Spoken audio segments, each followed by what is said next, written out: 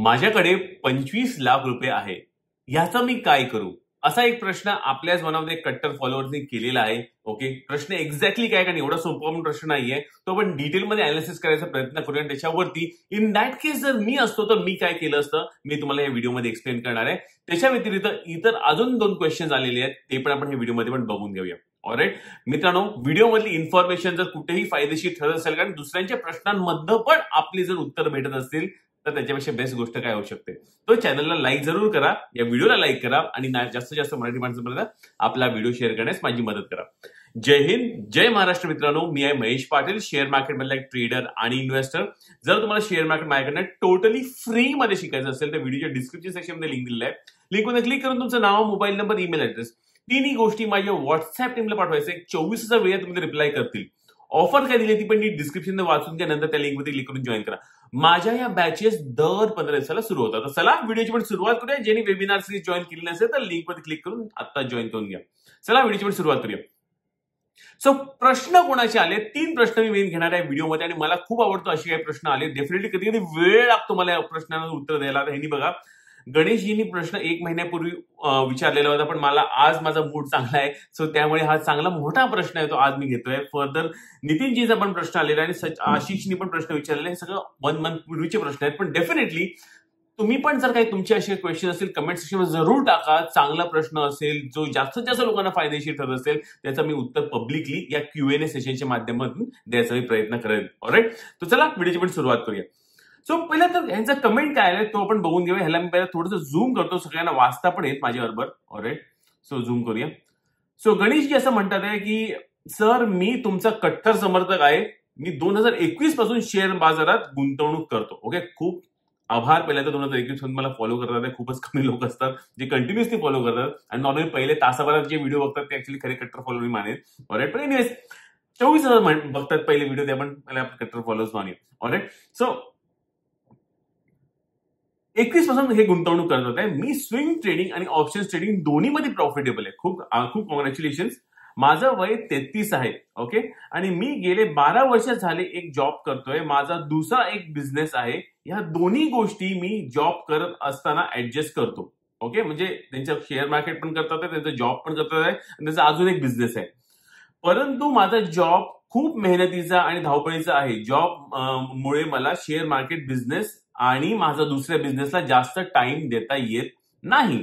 माझ्याकडे सध्या 25 लाख रुपयाचं भांडवल आहे, ज्यामुळे जॉब सोडून आपल्याला दोन्ही बिझनेस कडे जास्तीत जास्त टाइम द्यावा व राहिलेला आयुष्य आरामात जगावं. यावर तुम्हाला काय वाटते सर, कृपया मार्गदर्शन करावं. ओके, क्वेश्चन तुम्हाला समजलं असेल.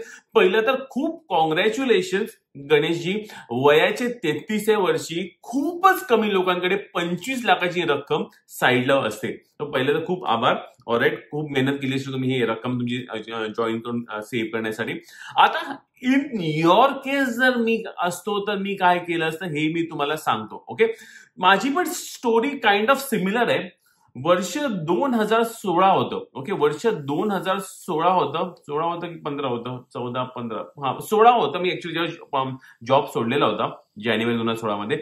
पण 2015 मध्ये ऑलराईट मी माझे स्टुडंट्स म्हणू शकतात किंवा माझे मित्र म्हणू शकतो तुम्ही. ओके, त्यांच्याकडनं जवळजवळ माझ्याकडे 5 लाख रुपयाची सेव्हिंग होती तेव्हा, आणि प्लस एक 20 लाख रुपयाचं माझ्या स्टुडंट्स आणि माझ्या मित्रांनी मला हेल्प केली की बाबा हे घे, ओव्हरऑल टोटल 25 लाख रुपये आणि 25 लाख रुपयामध्ये तू जॉब सोड. ओके, आणि फुल टाइम आम्हाला जे काही तुला करायचं आहे त्यामध्ये तू कर, बिंदास, काही प्रॉब्लेम नाही, आणि पैसे तुला वाटते तेव्हा तू देऊ शकतो, ज्याप्रमाणे द्यायचं असेल तेव्हा देऊ शकतो. All right, so kind of me तुमच्याशी को रिलेट करू शकतो. फक्त गणेशजी फक्त एवढंच आहे की हा तुमचा पैसा आहे. इन दॅट केस माझा पैसा नव्हता, दुसऱ्यांच्या पैशाच्या बळावरती काय म्हणजे जॉब सोडून बाहेर पडलेलो होतो. फक्त 5 लाख रुपयाच्या मध्ये माझे होते. ओके, पण एक आता खूप महत्वाचं लक्षात ठेवा. ओके, तुम्ही म्हणतात की तुम्हाला ट्रेडिंग करायची आहे, तुम्ही म्हणतात तुम्हाला तुमचा बिझनेस करायचा आहे, आणि तुम्ही म्हणतात की तुमचा एक्झिस्टिंग जॉब जो आहे, ओके, तुमचा एक्झिस्टिंग जॉब जो आहे तो तुम्हाला ह्याच्यामधनं क्विट करून ह्या 2 गोष्टींवरती करायचंय. तर सर्वात पहिला प्रश्न हा मी स्वतःला विचारेन की पहिलं तर माझ्या सध्या ट्रेडिंग मधनं मला किती इन्कम येत आहे.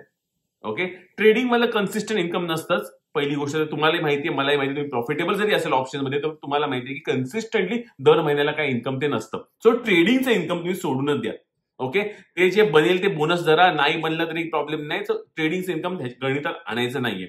आता बिझनेस मधलं तुम्ही आता इन दिस केस जर मला जसं जेव्हा मी माझा जॉब सोडलेला होता, ओके, माझा जॉब सोडलेला तेव्हा माझा जॉबचा इन्कम जो होता, ओके, जवळजवळ एक 50,000 रुपयाचा टेक होम होता. ओके, 58-59,000चा ग्रॉस होता आणि 50,000 माझ्या हातात यायचं. पण मी जॉब पण कधी सोडला जेव्हा मला ऍटलिस्ट 1 इयर, मी पहिला माझा स्टुडंट कडनं मी फीस एक 2500 रुपयाची घेतलेली होती. 2014ची गोष्ट आहे, ऑक्टोबर 2014ची गोष्ट आहे, जेव्हा पहिला माझा स्टुडंट मी 2500 रुपयात त्याला शिकवलेलं होतं. नंतर ती फीस वाढून 35,000 नेलेली होती.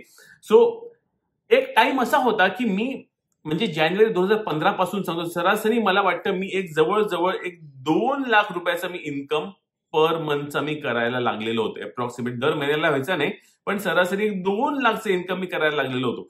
सो इन अदर वर्ड्स, माझा जो जॉबचा जो इन्कम होता ते जॉबच्या इन्कम पेक्षा 4 पटीने माझा बिझनेस इन्कम मी कमवायला लागलेलो होतो.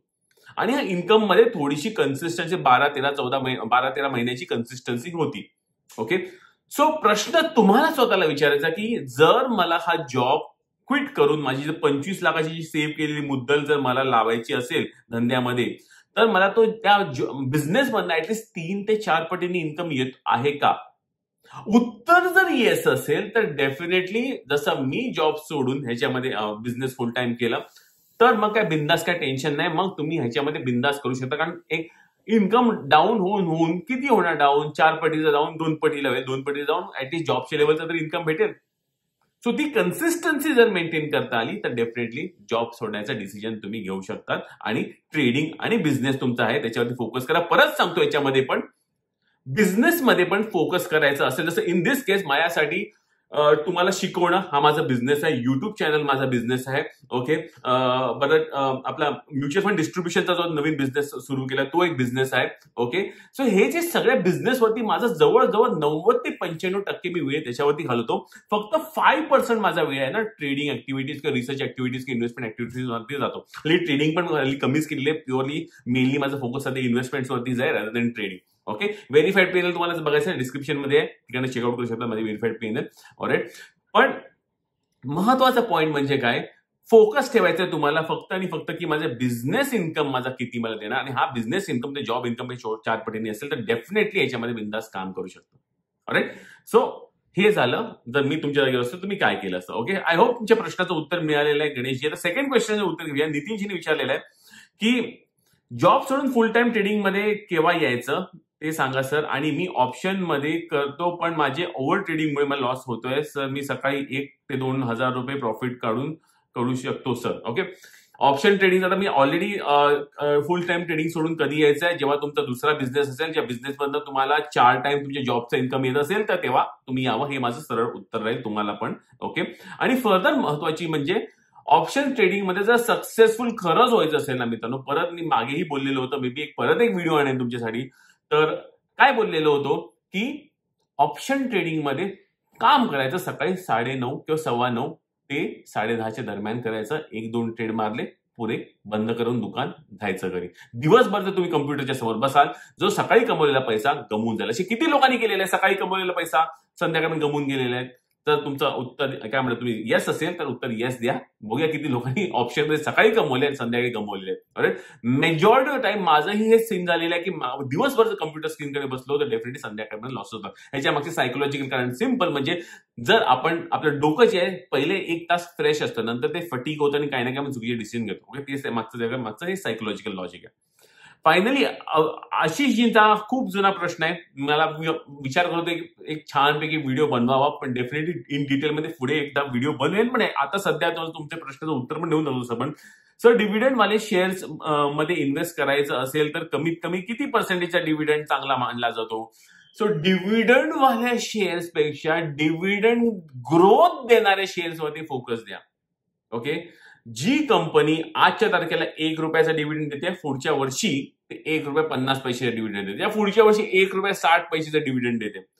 सो ऍक्च्युअल रुपी अमाऊंट वरती फोकस करा की रुपी अमाऊंट ते दर इयरला ते वाढवत चालले आहेत की नाही, आणि अशा शेअरचा पोर्टफोलिओ तुम्ही डेफिनेटली अशा टाईपचे शेअरचा पोर्टफोलिओ तुम्ही क्रिएट करा. ओके, अशा टाईपचे शेअर्स कशी शोधायचे, काय करायचे, हे जर तुम्हाला ह्याच्यावरती सविस्तर व्हिडिओ पाहिजे असेल तर डिव्हिडंड हा वर्ड कमेंट सेक्शन मध्ये टाका. डेफिनेटली तुमच्यासाठी मी व्हिडिओ बनवून आणेन.